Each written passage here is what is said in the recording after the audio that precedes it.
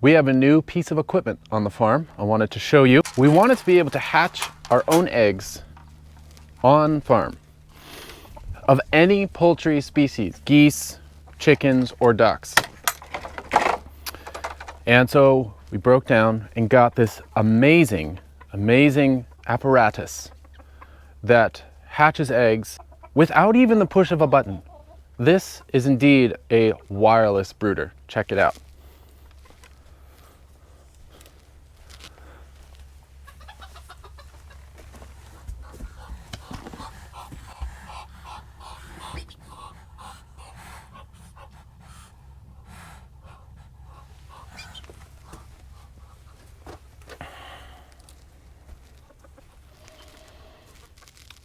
The Eggmaster 4000.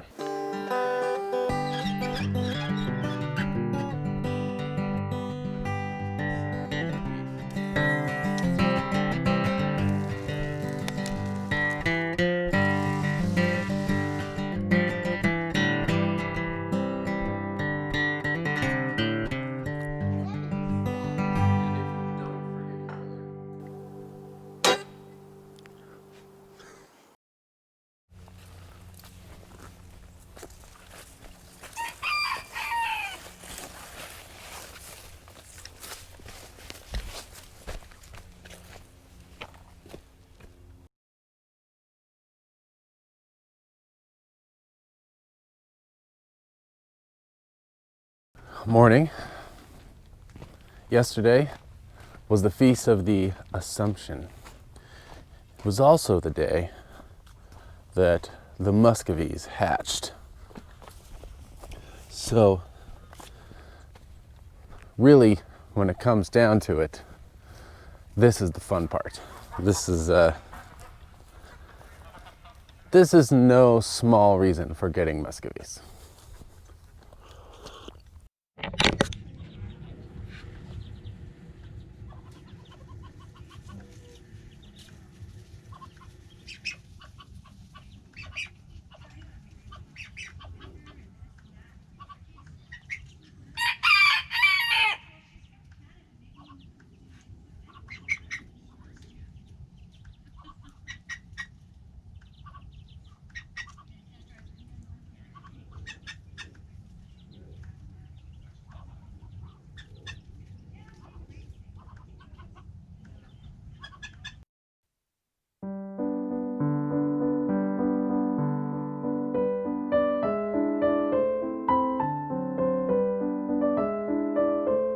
If you are trying to be sustainable, if you want to grow most of your own food, both vegetable and meat and eggs on your own farm, maybe like me, you feel a tinge of inconsistency, a little bit of irony, dare I say shame, when you go online and you purchase day-olds from a hatchery.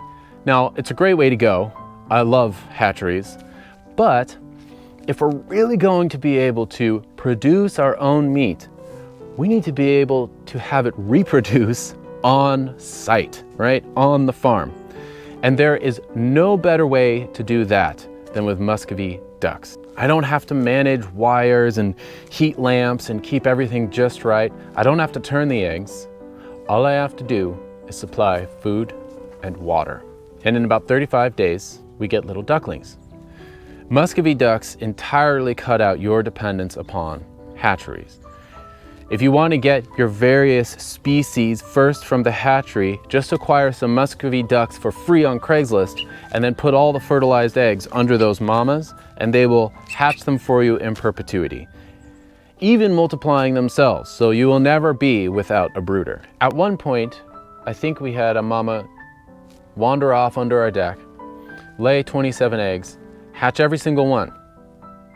She marched out one day followed by this little herd of yellow cotton balls, and then she did it again the same year, just a few months later. This is the power of Muscovies.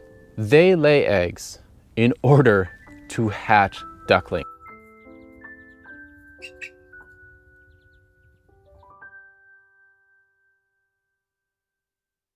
Muscovies are a different species than all other ducks. So they don't herd like pretty much every other domesticated duck breed.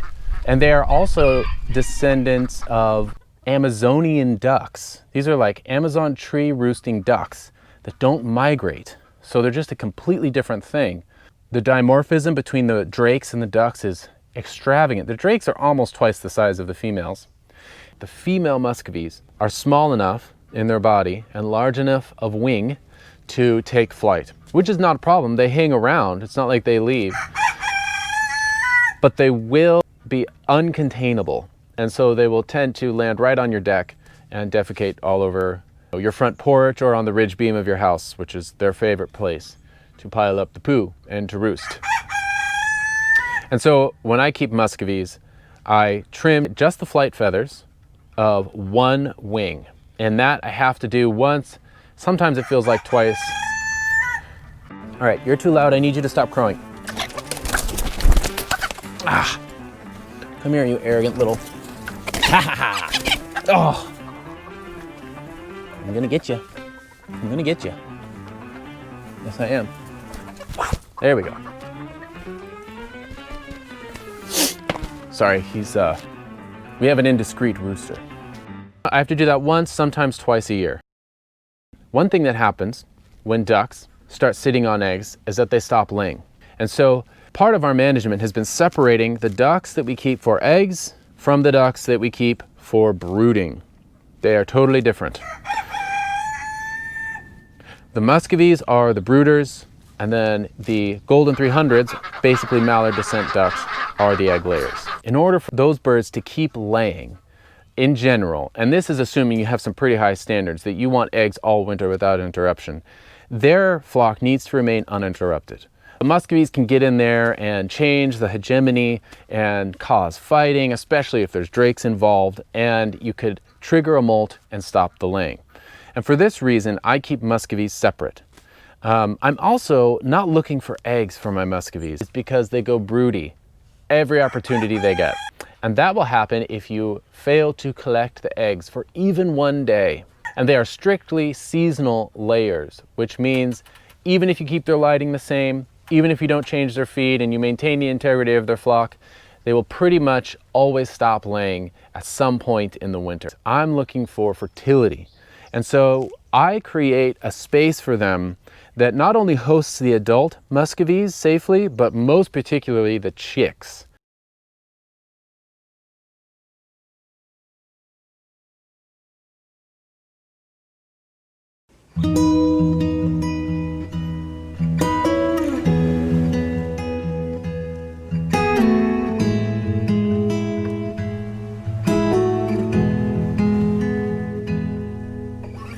I don't want to have to take care of the chicks.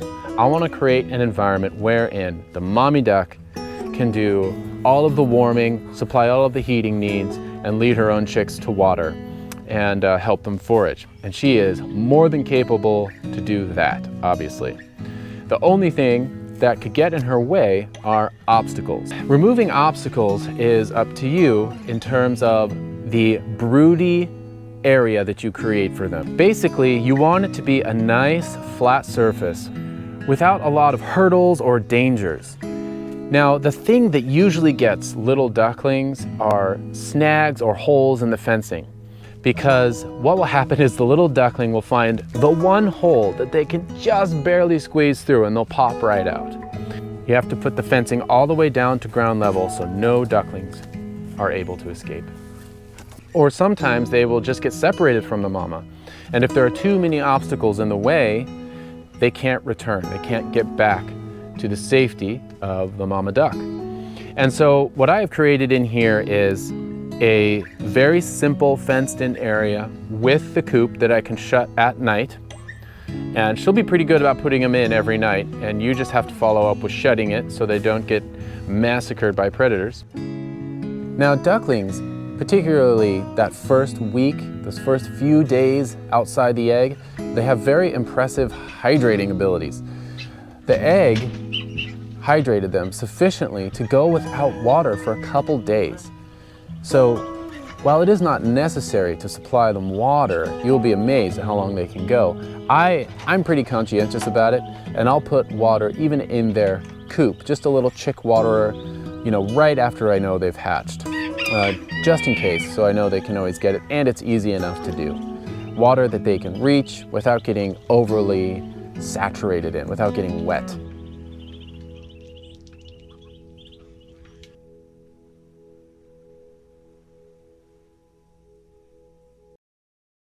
So these guys are a month old. They're about just a day over 4 weeks, I think. And they're growing very nicely. They're doing very well. You will notice that when the female muscovy goes broody, when she is starting to set on eggs, there are very unmistakable signs. When she has transitioned from egg production to egg hatchery, she will change her whole demeanor. She becomes very antisocial. You will notice that she walks very low to the ground with her head low and her neck straight out in a very threatening manner, and she squeaks loudly and twitches her feathers and her tail in a most unkind way, as if to signify to everyone to simply leave her alone. So strife can manifest itself in a couple ways in your little domestic brooder setup here. The first is between the two female ducks. You can just have one, in which case you would avoid this altogether, but then you do limit your chances of producing two clutches. So when you have two female ducks, and particularly if only one of them successfully hatches a clutch, the one that was unsuccessful, for whatever reason, may try to steal the ducklings from the other duck. Now usually, one of the ducks will just submit instantly. So there won't be prolonged bloody battles. There may be some wounds when they are locked together in the coop at night for safety from predators, but they're not unfortunately safe from the more aggressive duck in that case. So one duck will always submit and basically just avoid the aggressing duck and just let her have the ducklings. Unfortunately, the ducklings do not suffer from these battles at all. I have never seen aggression towards the ducklings in any real detrimental way. The other conflict, the other strife that may arise is also one-sided, fortunately, and that is in the case of the drake. The drake will generally be regarded with disgust for at least the first week, maybe, 8-9 days after the hatch. He has served his purpose, and now he is just useless, and so he is chased out of the coop every morning by a duck that is half his size, and generally bullied and annoyed and chased around the coop at regular intervals throughout the day.